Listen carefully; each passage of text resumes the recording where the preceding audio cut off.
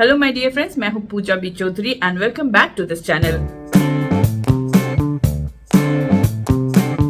आज के थंबनेल से आप सबको पता चल गया होगा कि आज का वीडियो किस बारे में होने वाला है। आज का जो ये वीडियो है ये उन लोगों के लिए बहुत काम का होगा जो 35 से लेकर 55-60 इयर्स के एज रेंज में है। सो वी नो कि आफ्टर 30-35 आवर स्किन स्टार्ट डीजेनरेटिंग। एक बार आप 35 क्रॉस कर जाओ तो उसके बाद स्किन बहुत अच्छे से डीजेनरेट नहीं होता है। स्किन में थोड़े से प्रॉब्लम्स दिखने शुरू होते हैं। कई लोगों को स्किन रिलेटेड काफी सारे इश्यूज का सामना करना पड़ता है। Hyper pigmentation, hormonal acne, unevenness of skin, open large pores, whiteheads, black heads, ऐसे कई तरह की समस्याएं हम लोगों को दिखनी शुरू हो जाती हैं। जैसे जैसे एज बढ़ता है हमारे फेस में छोटे छोटे लाइंस एंड रिंकल्स और भी ज्यादा दिखने शुरू हो जाते हैं। वो थोड़े से ज्यादा एनहांस्ड हो जाते हैं। आईज के around crow's feet, laughter line, smile line का प्रोमिनेंट हो जाना, जो हुड है वो हैवी हो जाना, अंदर आई पे पफिनेस होना और फेस पे in general lines and wrinkles थोड़े से ज्यादा दिखने शुरू हो जाते हैं। तो क्या हम इन सब इश्यूज को मेकअप के हेल्प से थोड़ा सा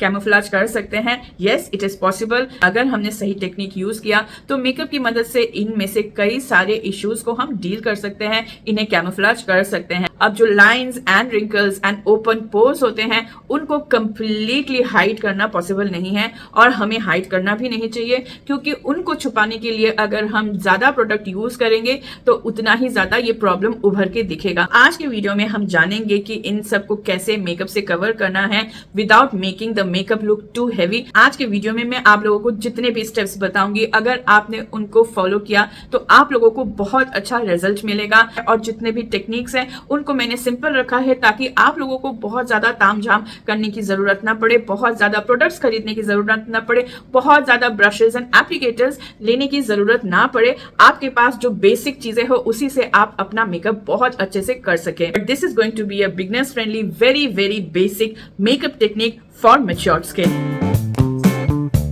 मेकअप शुरू करने से पहले आता है स्किन प्रेप। स्किन प्रेप में मैं हमेशा यही बोलूंगी कि बहुत सारा प्रोडक्ट फेस पे मत लगाइए। नॉर्मल अपने फेस को अपने यूजुअल फेस वॉश से क्लीन करिए और ठंडे पानी से टोन कर लीजिए and use any kind of moisturiser जो आप हमेशा यूज करते हैं, जो आपके स्किन को सूट करता है। मैं ज्यादातर टाइम ये स्नेल म्यूसिन यूज करती हूँ या पिलग्रिम का स्क्वालिन मॉइस्चराइजर यूज करती हूँ समर्स में।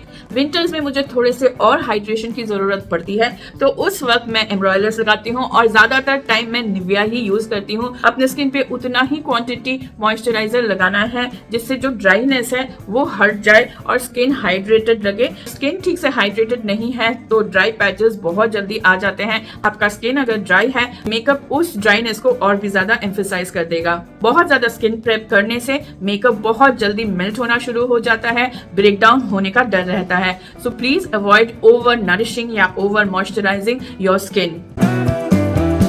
जब बारी आती है प्राइमर की, तो अगर आपका ऑयली स्किन है या एक्ने प्रोन स्किन है तो उसमें प्राइमर लगाने की जरूरत नहीं है। प्राइमर अवॉइड करें। मॉइस्चराइजर या फेस क्रीम लगाकर डायरेक्ट उसके ऊपर आप मेकअप स्टार्ट कर सकते हैं। बट अगर आपको ये सब प्रॉब्लम नहीं है और you have a combination skin, normal skin या ड्राई स्किन, या फिर आपका नॉर्मल टू ड्राई स्किन है, तो आप सीजन के अकॉर्डिंग प्राइमर यूज कर सकते हैं। समर्स में यूज करने के लिए मेबेलिन का जो मैट एंड पोरलेस प्राइमर है ये काफी अच्छा ऑप्शन है। और अगर विंटर में जब हमारा स्किन थोड़ा ज्यादा ड्राई होता है उस वक्त मेबेलिन का ही ये जो ड्यूई प्राइमर है ये बहुत अच्छा काम करता है, बहुत अच्छे से फेस को प्राइम करता है और एक ड्यूई ग्लोई इफेक्ट छोड़ता है। इसके अलावा भी और कुछ प्राइमर्स हैं जो बहुत अच्छे हैं। ये सब अफोर्डेबल हैं और बहुत अच्छे रिजल्ट भी देते हैं, जैसे कि रिकोड का प्राइमर है, एल्फ कॉस्मेटिक्स का प्राइमर है, कलर बार का प्राइमर है। ये स्किन पे बहुत ज्यादा लार्ज ओपन पोर्स हैं तो आप रिकोड का ये S of base silicon primer use कर सकते हैं। ये स्किन पे थोड़ा सा ब्लरिंग इफेक्ट दे देता है, जो पोर्स है उनको हल्का सा मिनिमाइज कर देता है।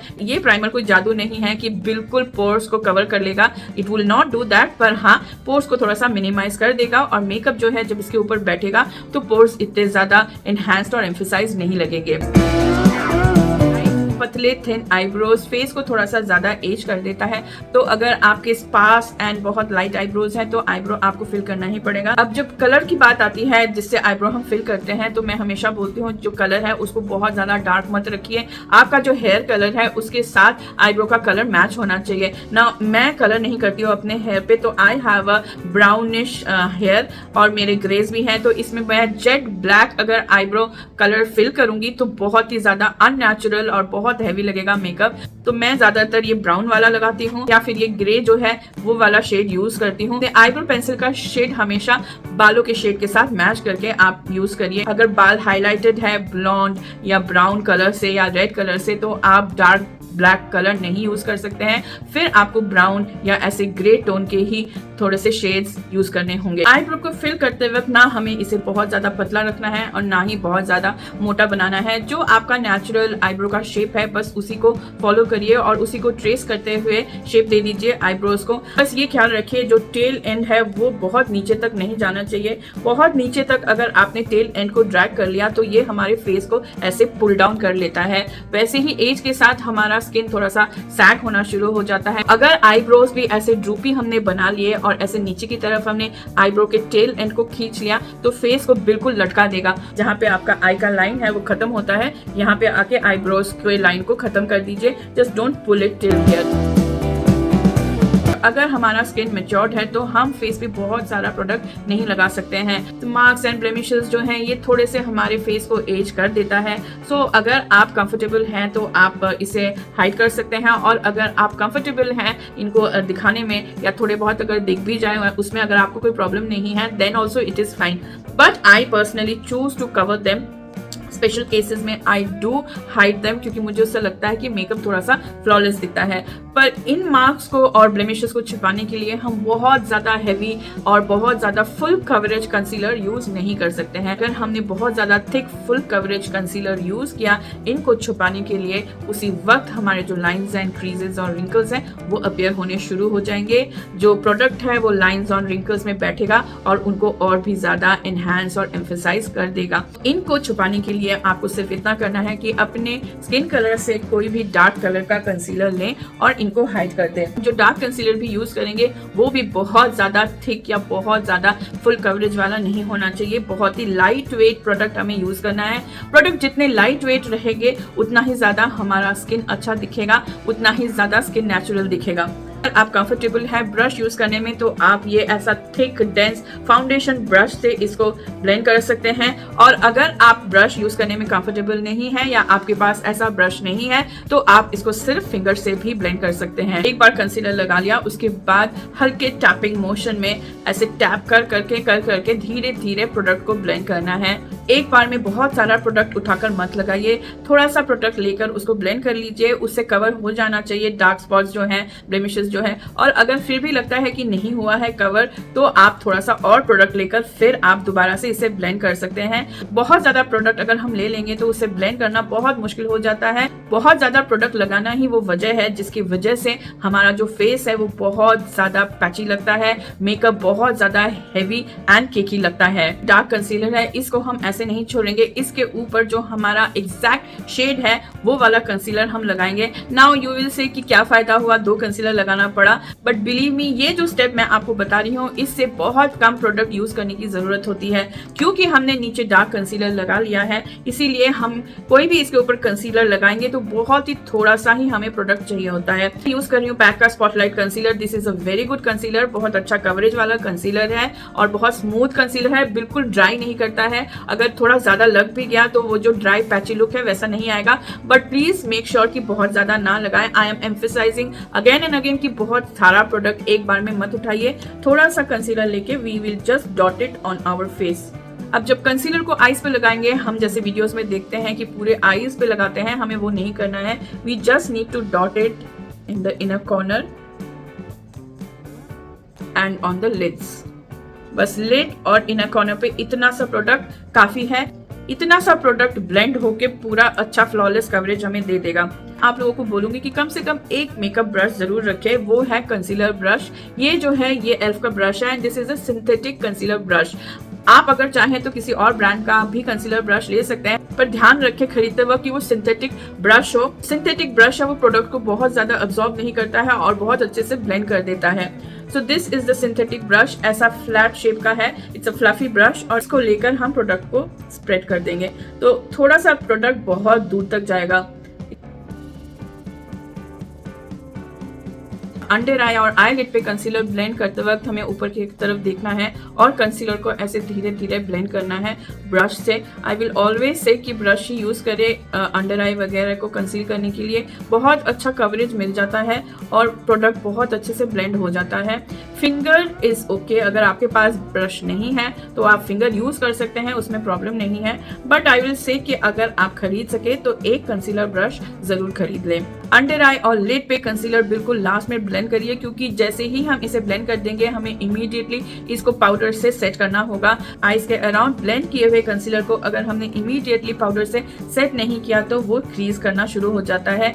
अंडर आई पे जो लाइंस है, लिड का जो लाइन है, उसमें ये इकट्ठा होना शुरू हो जाता है। ब्लेंड करते वक्त ये ध्यान रखें कि पहले फेस पे जो स्पॉट्स एंड मार्क्स हैं वहां पे आप इसको ब्लेंड करिए, उसके बाद फिर अराउंड द आईज कंसीलर को ब्लेंड करिए। अगर आपके फेस में बहुत ज्यादा ब्लेमिशेस, हाइपर पिगमेंटेशन या डार्क स्पॉट्स नहीं है तो डार्क कंसीलर वाला स्टेप आप लोग अवॉइड कर सकते हैं। मैं क्लोजअप करके आपको दिखा रही हूँ without using any filter. You can see कि स्किन पूरा स्मूथ है एंड ब्लेमिश फ्री है। कंसीलर को हमें सेट करना है पाउडर से, इसको बिना सेट किए हुए हम इसके ऊपर कोई और प्रोडक्ट नहीं लगा सकते हैं। अगर हमारा मैच्योर्ड स्किन है तो हम बहुत ज्यादा heavy pigmented compact powder use नहीं कर सकते हैं और हमें करना भी नहीं चाहिए। आई वुड ऑलवेज सजेस्ट कि आप ऐसे ट्रांसपेरेंट सेटिंग पाउडर यूज करिए। ये जो सेटिंग पाउडर है ये बहुत लाइट वेट होते हैं और कोई इसमें पिगमेंट नहीं होता है, तो आपको वो एक्स्ट्रा हैवी कवरेज नहीं देता है। ये सिर्फ जो है हमारे मेकअप को सेट कर देता है ताकि वो हिले ना और स्मज ना हो। खरीदते वक्त ध्यान रखें कि वो ट्रांसलूसेंट हो, ऐसे व्हाइट बेस वाला जिसका कोई कलर ना हो। स्किन पे चढ़ने के बाद इसमें कोई हमें कलर ना मिले और बहुत लाइट वेट हो, बहुत फाइनली मेल्ट हो। फाइनली मेल्ट से मतलब है कि उसमें कोई दाने ना हो, मोटे मोटे, ऐसे बिल्कुल स्मूथ हो। हाथ पे ऐसे लेने से इट शुड फील स्मूथ। अब इस पाउडर को सेट करने के लिए ऐसे पफ की हमें जरूरत पड़ेगी। ये जो पिज्जा पफ है ये बहुत ही सस्ते पिज्जा पफ है, आई थिंक 50-60 रुपीज में ये मिल जाते हैं। ये जो पफ है इससे हम पाउडर उठाएंगे and we will tap it on our hand ताकि एक्सेस प्रोडक्ट निकल जाए एंड हम लोग फिर जो है कंसीलर को सेट करेंगे। ये पाउडर सिर्फ उसी जगह पे लगेगा जहां पे हमने कंसीलर लगाया है, कहीं और जहां पे प्रोडक्ट नहीं है वहां पे ये पाउडर नहीं लगेगा, वरना जो है स्किन बहुत ज्यादा ड्राई हो जाएगा। क्योंकि कंसीलर हाइड्रेटिंग है तो उसके ऊपर पाउडर लगाने से स्किन ड्राई नहीं होगा, पर जहां पे हमने प्रोडक्ट नहीं लगाया है वहां पे अगर हमने पाउडर लगा लिया तो स्किन इमीडिएटली ड्राई हो जाएगा। नेक्स्ट बारी आती है फाउंडेशन की। क्योंकि कंसीलर लगाने के बाद हमें बहुत अच्छा कवरेज मिल गया है, स्किन बिल्कुल फ्लॉलेस लग रहा है, तो हमारा जो फाउंडेशन है वो बिल्कुल भी फुल कवरेज नहीं होना चाहिए। हमें फुल कवरेज फाउंडेशन यूज ना करना पड़े, इसीलिए फेस पे कंसीलर यूज करना बहुत जरूरी है। हाई कवरेज फाउंडेशन जो है वो बहुत थिक होता है, जितना फुल कवरेज हाई कवरेज वाला फाउंडेशन होगा उतना ज्यादा फेस पे वो प्रोडक्ट हैवी दिखेगा, फेस हैवी दिखेगी। अगर मैच्योर स्किन है तो उस पे हर हालत में फुल कवरेज फाउंडेशन लगाना हमें अवॉइड करना है। ऑलवेज सजेस्ट कि जितना जितना एज बढ़े उतना उतना लाइट वेट प्रोडक्ट की तरफ हम शिफ्ट होते जाए। जैसे जैसे एज बढ़ती जाए उतना ही फाउंडेशन को छोड़ के टिंट की तरफ आप जाइए, क्योंकि टिंट जो है उसमें मॉइस्चराइजर भी होता है और पिगमेंट का जो अमाउंट है वो लेस होता है, तो हमें थोड़ा बहुत कवरेज भी मिल जाता है, फेस थोड़ा सा अच्छा दिखता है पर केकी हैवी नहीं लगता है और जो लाइंस एंड रिंकल्स है वो बिल्कुल दिखता नहीं है। घंटों फेस पे लगे रहने के बाद भी जो टिंट्स है वो लाइंस पे इकट्ठा नहीं होते हैं। अगर आपके पास स्पंज है तो आप ऐसा डैम्प स्पंज भी यूज कर सकते हैं, पर अगर आपको डैम्प स्पंज यूज नहीं करना आता तो आप फिंगर से भी इसको ब्लेंड कर सकते हैं। टिंट को हाथ में लेकर फेस के सेंटर पे ऐसे स्प्रेड करना है। प्लीज ये जो डॉट डॉट वाला सिस्टम है ये बिल्कुल मत करिए। मैंने किसके सेंटर पे पहले प्रोडक्ट को अप्लाई कर लीजिए और फिर उसको हम धीरे धीरे ब्लेंड करेंगे। एक बार में थोड़ा सा ही प्रोडक्ट उठाना है, बहुत सारा प्रोडक्ट हम नहीं उठाएंगे, जरूरत पड़ने पे हम और प्रोडक्ट ले सकते हैं। फेस के सेंटर पे ये जो है प्रोडक्ट लगा ले, उसके बाद अगेन हम लोग फिंगर की मदद से इसको स्प्रेड करेंगे। We start from the centre of the face और इसको ऐसे टैप करते हुए बाहर की तरफ लेके जाना है।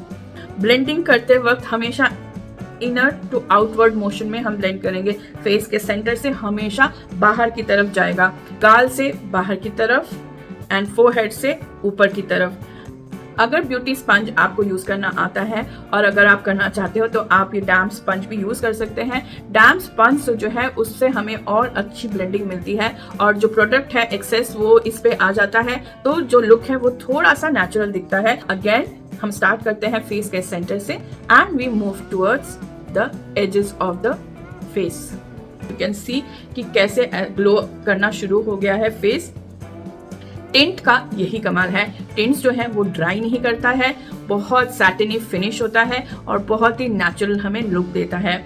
टिंट खरीदते वक्त भी आपको ध्यान रखना है कि you have to buy exact shade match of your skin. आपका स्किन है बिल्कुल वही शेड होना चाहिए टिंट का। अगर थोड़ा सा लाइट हुआ tint, again your face is going to look cakey और जो लाइंस है उसमें अलग से वो लाइट प्रोडक्ट दिखेगा उभरा हुआ। एक बार फेस के सेंटर पे ब्लेंड कर ले, उसके बाद जो स्पंज पे रहता है प्रोडक्ट उसको हम ऐसे एजेस पे ब्लेंड कर सकते हैं और नेक को भी ब्लेंड कर सकते हैं ताकि मेकअप ब्लेंडिंग बिल्कुल सीमलेस लगे। जो हमारा जो टी जोन है इसमें ऑयल सिक्रेशन सबसे ज्यादा होता है, तो इसीलिए टी जोन को हमेशा सेट करना ही करना है कोई भी प्रोडक्ट लगाने के बाद। नोज एंड माउथ एरिया जो है वहां से बहुत जल्दी प्रोडक्ट उतरता है। हम जैसे ही खाना खाते हैं उसी वक्त जो है माउथ एरिया से प्रोडक्ट उठना शुरू हो जाता है और एक बार पसीना आना शुरू हो जाए या ऑयल सिक्रेशन शुरू हो जाए तो टी जोन जो है उससे सबसे पहले जो नोज है एंड फोरहेड है उस पे से मेकअप हटना सबसे पहले शुरू होता है।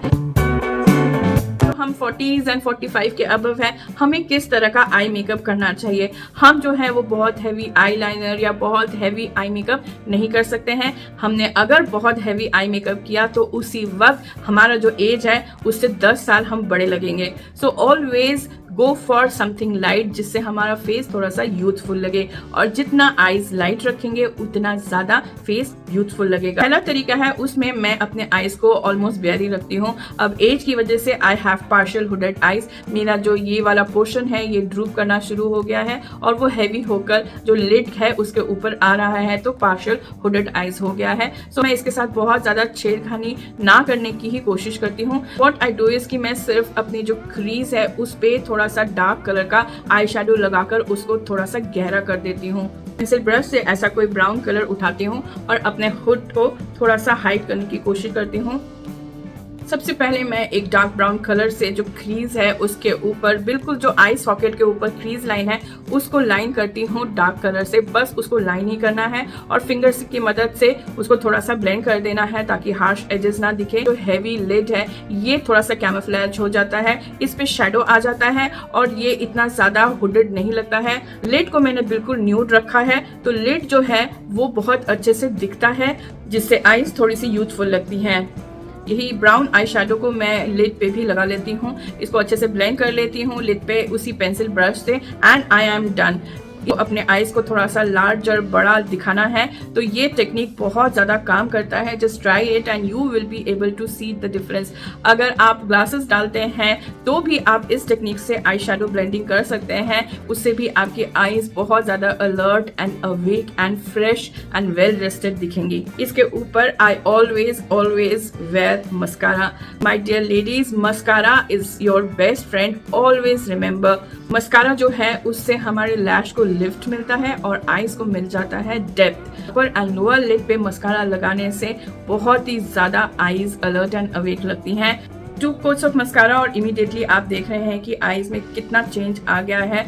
ये एक नेवर फेल टेक्निक है जिसमें आपको बहुत ज़्यादा कुछ मेहनत करने की भी ज़रूरत नहीं है, कुछ बहुत डिफिकल्ट स्टेप भी नहीं है। बहुत आसान तरीके से you can make your eyes look beautiful. अगर हमें कहीं स्पेशल ओकेजन के लिए जाना है या हमें थोड़ा सा और ड्रेसअप होकर दिखना है या थोड़ा सा आईज को और थोड़ा सा ग्लैमरस करना है तो आप आईज को थोड़ा सा स्मोकी लुक दे दीजिए। तो वो जो स्मोकी लुक है ब्राउन वो बहुत ज़्यादा सूट करता है एजिंग आईज पे। ये जो फिंगर है इस पे आप प्रोडक्ट उठाइए और लिड पे लगाना शुरू करिए।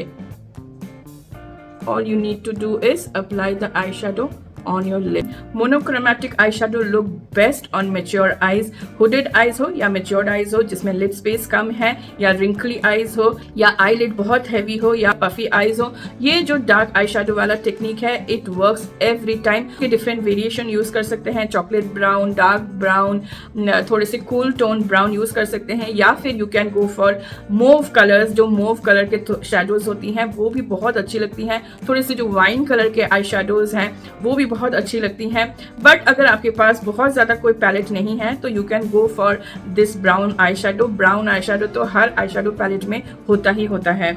मैं आप लोगों को यही सजेस्ट करूंगी कि लिक्विड लाइनर यूज ना करें, क्योंकि अगर आईज रिंकली है, आईज पे रिंकल्स हैं, आईज पे क्रीजेस हैं, तो लिक्विड लाइनर उन रिंकल्स को और भी ज्यादा एनहांस कर देगा और भी ज्यादा रिंकली लगेंगी आपकी आईज. आप कोई जेल प्रोडक्ट यूज कर सकते हैं. आप लोगों को यही सजेस्ट करूंगी, go for black eye shadow instead.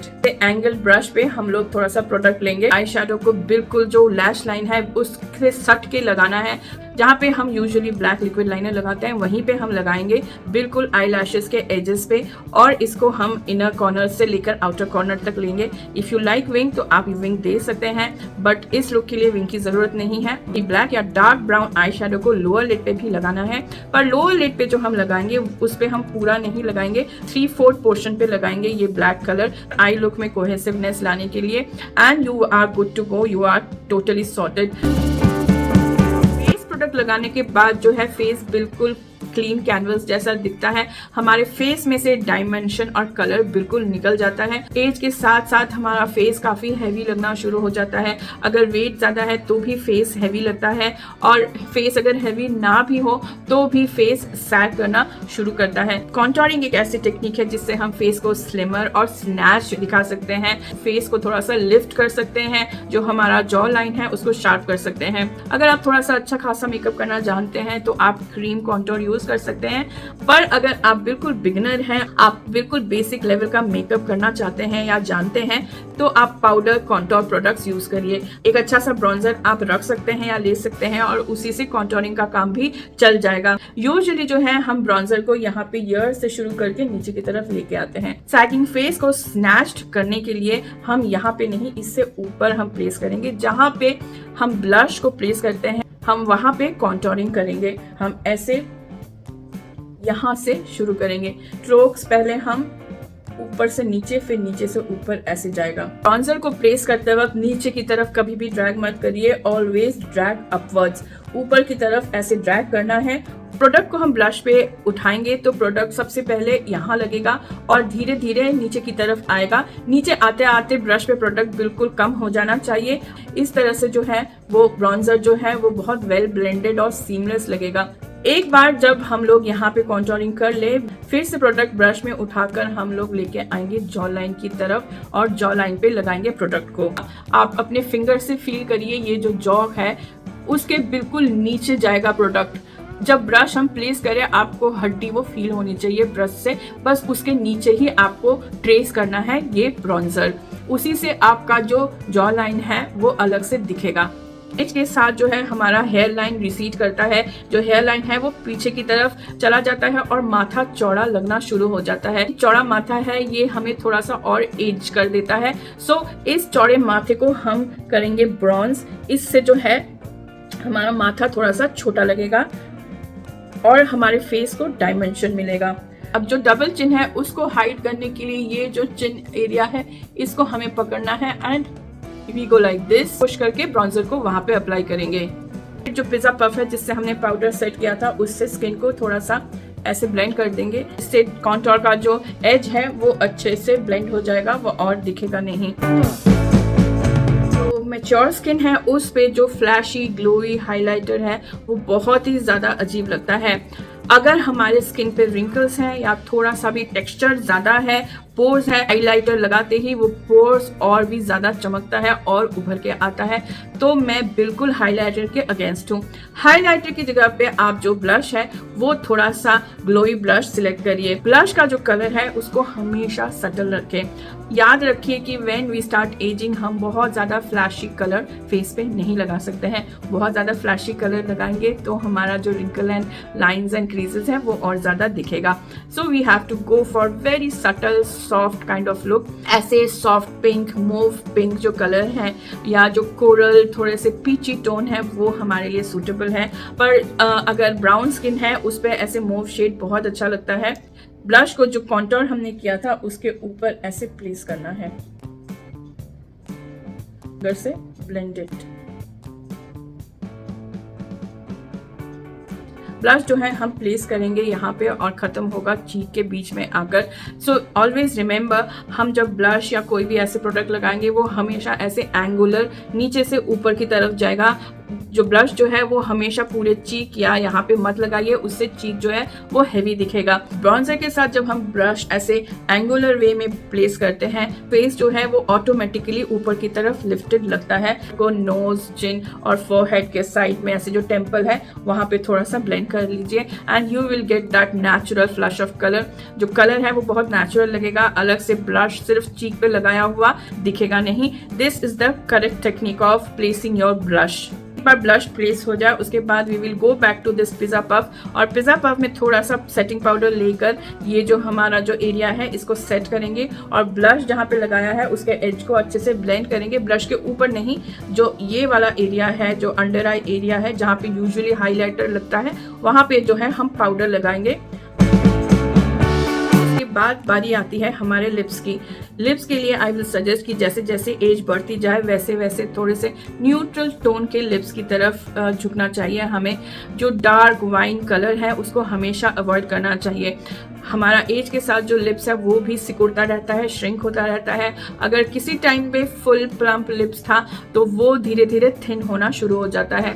Lips पे रिंकल्स भी आते हैं, ड्राई भी होता है, बहुत लाइंस भी होते हैं। उसके ऊपर अगर हम बहुत डार्क कोई कलर जैसे कि मरून्स हो गए, वाइन हो गया, पर्पल हो गया या बेरी टोन कलर है वो लगाएंगे तो बहुत ही ज़्यादा हमारा एज ना बढ़ जाएगा। It is going to age us 10 years। Liquid lipsticks are fine, पर लिक्विड लिपस्टिक जो बहुत ज्यादा ड्राई करे आई विल ऑलवेज सजेस्ट कि उनको अवॉइड करिए and go for bullet lipsticks. Liquid lipstick में भी मैटिफाइंग लिक्विड लिपस्टिक ना चूज करके सॉफ्ट मैट लिपस्टिक्स चूज कर सकते हैं। मैट फिनिश वाला लुक हमारे लिप्स को बहुत ज्यादा ड्राई कर देता है और लिप्स और भी ज्यादा श्रिंक हो जाती हैं। हमारा लिप्स इतना प्लम्प नहीं लगता है। ये जो न्यूट्रल कलर्स है इनको अप्लाई करने से पहले हमेशा लिप को लाइन कर लीजिए।